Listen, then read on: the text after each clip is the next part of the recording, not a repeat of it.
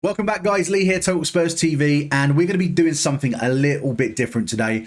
As you can see from the feed here, we have got transfer feed, and we're going to be looking at transfer rumours, who's on our radar, apparently, and what the most likely outcome will be.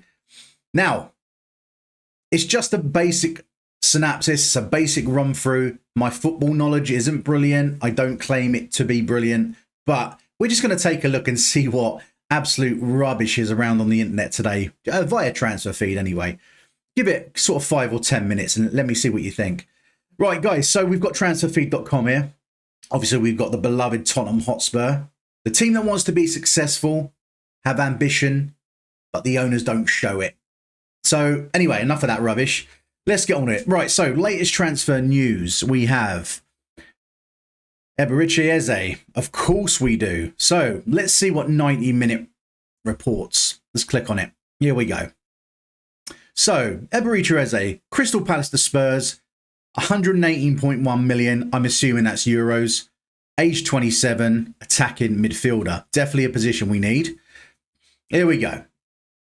Eberechi Eze from Crystal Palace to Tottenham Hotspur. So here we go. 90-minute reports on uncertainty surrounding Eberechi Eze's future at Crystal Palace. Crystal Palace manager Oliver Glasner has refused to guarantee Eze will remain with the club beyond the summer transfer window.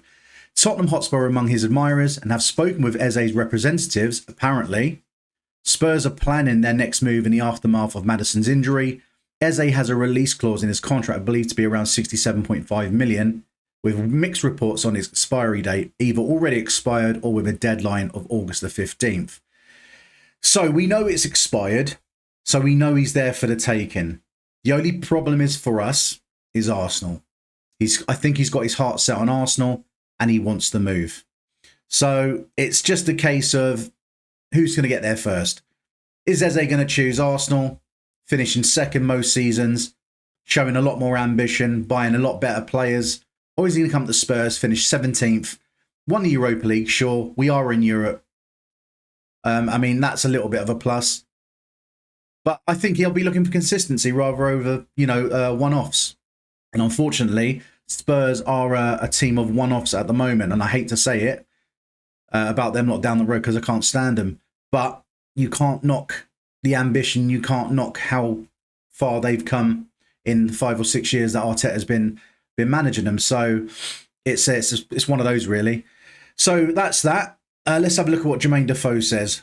Quality player. This is the kind of player we need at Spurs right now. So Jermaine Defoe expressed his belief that Eze would be a valuable addition to Spurs, especially as the team deals with long-term absence of James Maddison due to the injury. Defoe encouraged Spurs chairman Daniel Levy and manager Thomas Frank to consider pursuing England international.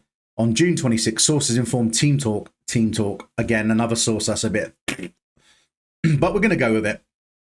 Correspondent Fraser Fletcher that Tottenham was reported to offer a down payment of 45 million, 51 million euros, $60 million for Eze and settle the remainder of the release clause through instalments. Although Spurs' interest in Eze had diminished, the significant injury for Madders might prompt the North London club to reconsider their stance.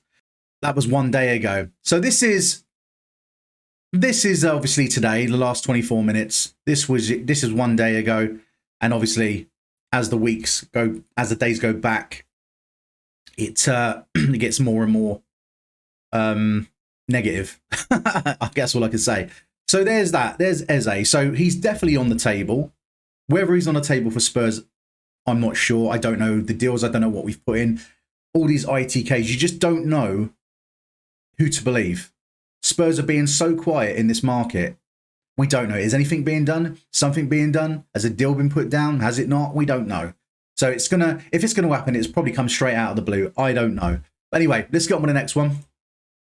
Yeah, so apparently Barcelona have turned down an offer from Tottenham for Ferran Torres. Tottenham submitted a 50 million euro bid to the Spanish international. Barcelona did not plan to sell Torres this summer as he's an important player for them, having scored 19 goals and provided 7 assists last season.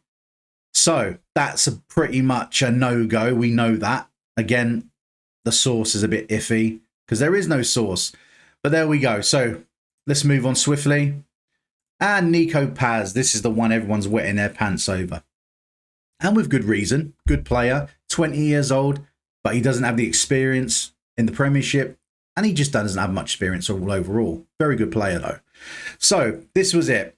40 million price tag, plays for Como. He's only 20 years old, so you can imagine resting that amount of responsibility on top of that 20-year-old shoulder in the Premiership, one of the best, if not the best league in the world, against some of the teams we'll be coming up against.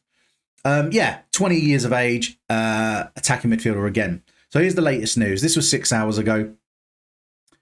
Let me just open this up a little bit because it's cut off a little bit. There we go. Perfect. All right. Tuta Mercato, again, another source be wary of. Reports on Como's rejection of Tottenham's proposal for Nico Paz. Como rejected a proposal from Tottenham for Nico Paz worth 40 million euros. Como values him at around 70 million euros. But is open to discussions around 60 million euros. Nico Paz had a strong season, his first in a top league continuously.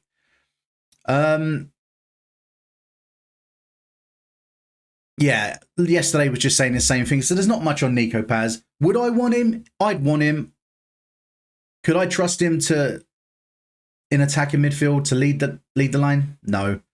In all honesty, he's 20 years old. Yes, he's a good player, but I think we need a little bit more experience in there. That's just my opinion. So that's Nico Paz, Tottenham from Como. What else have we got? Harvey Elliott. All right, so this is the one everyone's banging on about. This is the one that people think we're going to get over the line. Liverpool, 70 million price tag. I'm assuming that's euros. It's got to be euros. So, age 22, attacking midfielder. Here's the latest news. So this was 16 hours ago. Team Talk reports on Harvey Elliott's potential move to Tottenham Hotspur. Harvey Elliott is ready to join Tottenham after direct conversation with Spurs manager Thomas Frank. Tottenham are willing to meet all Liverpool's demands, including a 40 million fee and a buyback clause. Elliott is keen on playing first-team football to get into the England's 2026 World Cup squad and sees Tottenham as an ideal opportunity. See, that's all good and well, and I wouldn't totally be opposed to having Elliott. I think we can do better personally, but there are other teams ahead of us in the pack, so which is not stating here. I can't remember the teams for the life of me, but it's abroad. There's a couple abroad, and there is another Premiership one that are interested. Again, 1 day ago, Tottenham stepping up their pursuit of Liverpool attacking midfielder Harvey Elliott. Tottenham manager Thomas Frank personally outlined his plans for the 22-year-old Liverpool, unlikely to stand in his way. If there is a substantial offer on the table, Tottenham could offer him Champions League football for next season. So it's the same old spiel.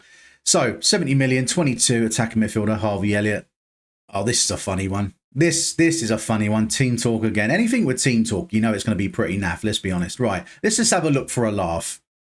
Let's get those minutes up on the video, right? So here we go. Randall Kolo Muani, right? From Paris Saint-Germain to Spurs. Yeah, okay.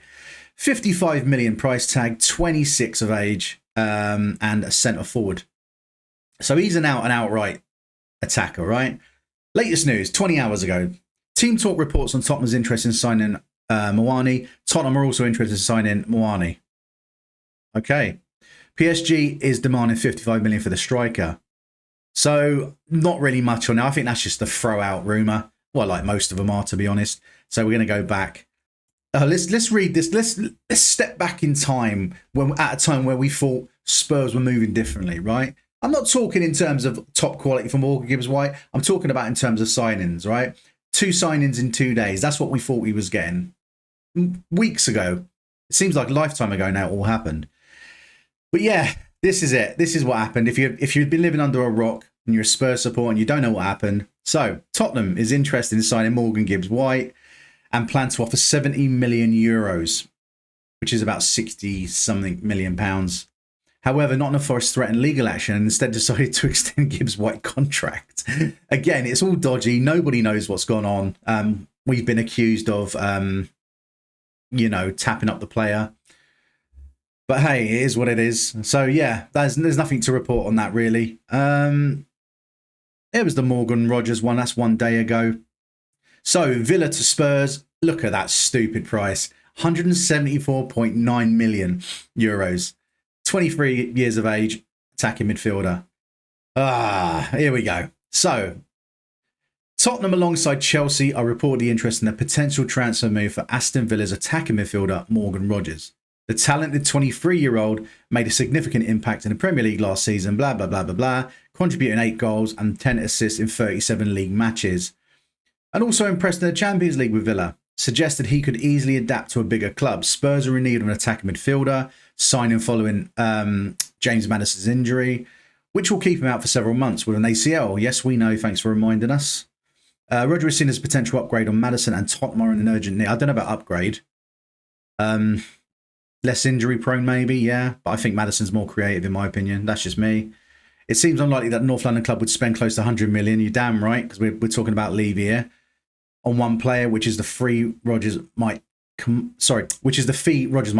Chelsea are also interested in England international, but with their outgoing pursuits of Xavi Simons and Garnacho and recent signing of Jamie Gittins. Yeah, we know what Chelsea are doing. They're just they're frauds, criminals, and they're going to get found out. So, and when they do, we will all be here. Because the Premiership is not finished with them. Sanctions, fines incoming. Let's be honest with that. And don't get me started. I might even do a video on that just to completely shit on them. But yeah, situation could potentially work in Tottenham's favour if they decide to increase their interest. I doubt we're even going to get anything close. Oh, this is a new one. So apparently, Antonin Kinski has interest from Lille. So Lille's made inquiries to Tottenham for a loan for Czech keeper Antonin Kinski. Kinski is motivated by Lille's project, but Tottenham is demanding a high fee for the player they purchased for 16.5 million euros in Prague in January. So we know that's not going to happen. We got Vic and we got Kinski as our second. It's just not going to happen. Yeah, just won't happen. So guys, that is pretty much the run. Actually, do you know what I'm going to do? I'm gonna have a look on I call this the bullshit pages. Let's have a look. Oh, look at United. Bless them. They've improved. Their front three have improved, but their midfield and defence are still shite. So it ain't going to make much of a difference. They'll score more goals, but their defence is leaky. So I'm not really too worried about it. The only thing I do think about United is a team for a club that's pleaded poverty and scruffy Jim. They've done well, haven't they? They told everybody they haven't got the money.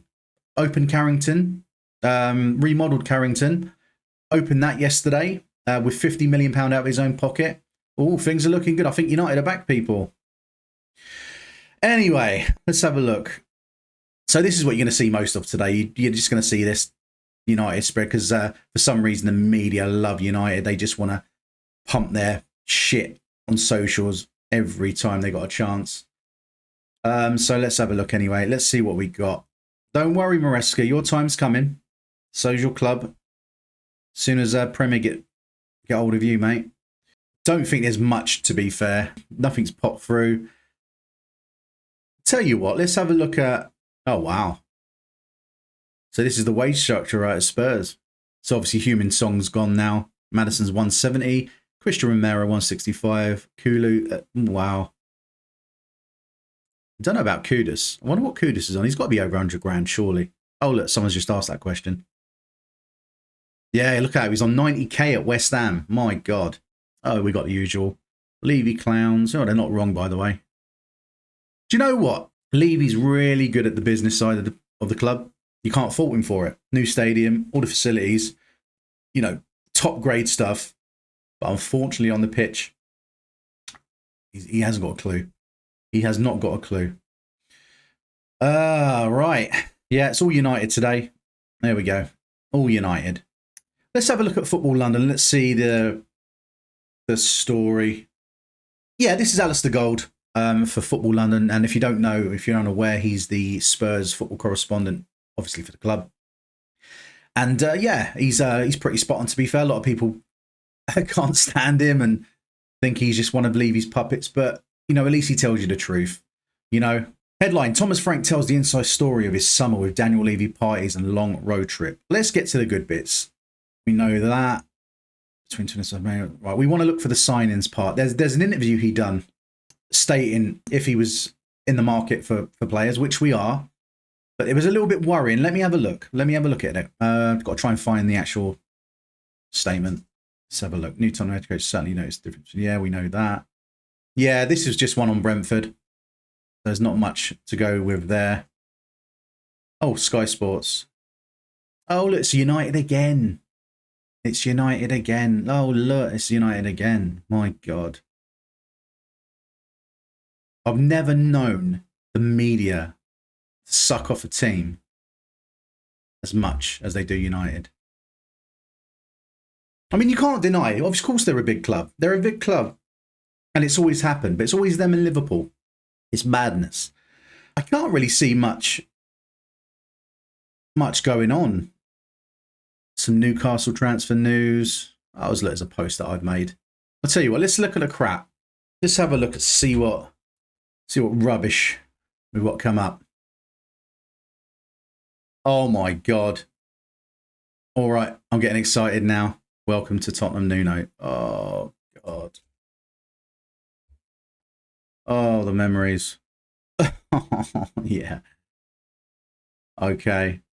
Well, I think that's it, guys. I don't know what else to bring you. Let's have a look. What's the latest? I don't know why it's going back to like 5-6 years ago. I don't get it. Oh, okay. When was this? Paul Wanner suffered a capsular ligament injury in the left ankle versus Tottenham. Okay. Okay. Oh, here's more rubbish. Look. More rubbish from the Spurs web. See, this is the problem, right? You get... I'm not just blaming Spurs web, by the way. They come out with some good articles. It's not them. It's these ITKs in general. And I'm talking about the ones that are just looking for clout, right? So they put all this shit on Twitter. They just paste it everywhere, right? And with all due respect, a lot of fans on here are young guys, right? Which is fine. They believe everything. Oh, he's a baller. Oh, look at this. Oh, and they just believe everything. You know, I've been supporting Spurs for what, 35? What am I now? I'm 45 now. So about 35 years I've been supporting Spurs. And until you've done a bit of time and you understand how Spurs work, you know, not just the last 10 years. Yeah, I'm talking that long period. You're never going to get it, you know, and you're always going to fall for it. It's just ridiculous. Just no need. Oh, it's United again. Oh, God, you know what? They just don't stop harping on. My good God. Look, guys, I think I'm going to leave it there. If anything develops, I'll pop back on, do another video. I might even go live. I don't know. I'll see what happens. But, guys, this is kind of just like a random video just to fill up fill up 20 minutes, half an hour. I hope you guys enjoyed it. If you did, please, please, please hit that like button. It's crucial for my videos to get pushed out there on the algorithm. Please, please like it for us. And of course, then sub to the channel. I mean, if you haven't already, please. I'm not a bad guy. I just need some subs. And I feel shameless asking, but you know what? Everybody has to do it. So guys, smash the sub button, hit the like button, and I will see you on the next video, guys. Take care. And remember, come on, you Spurs.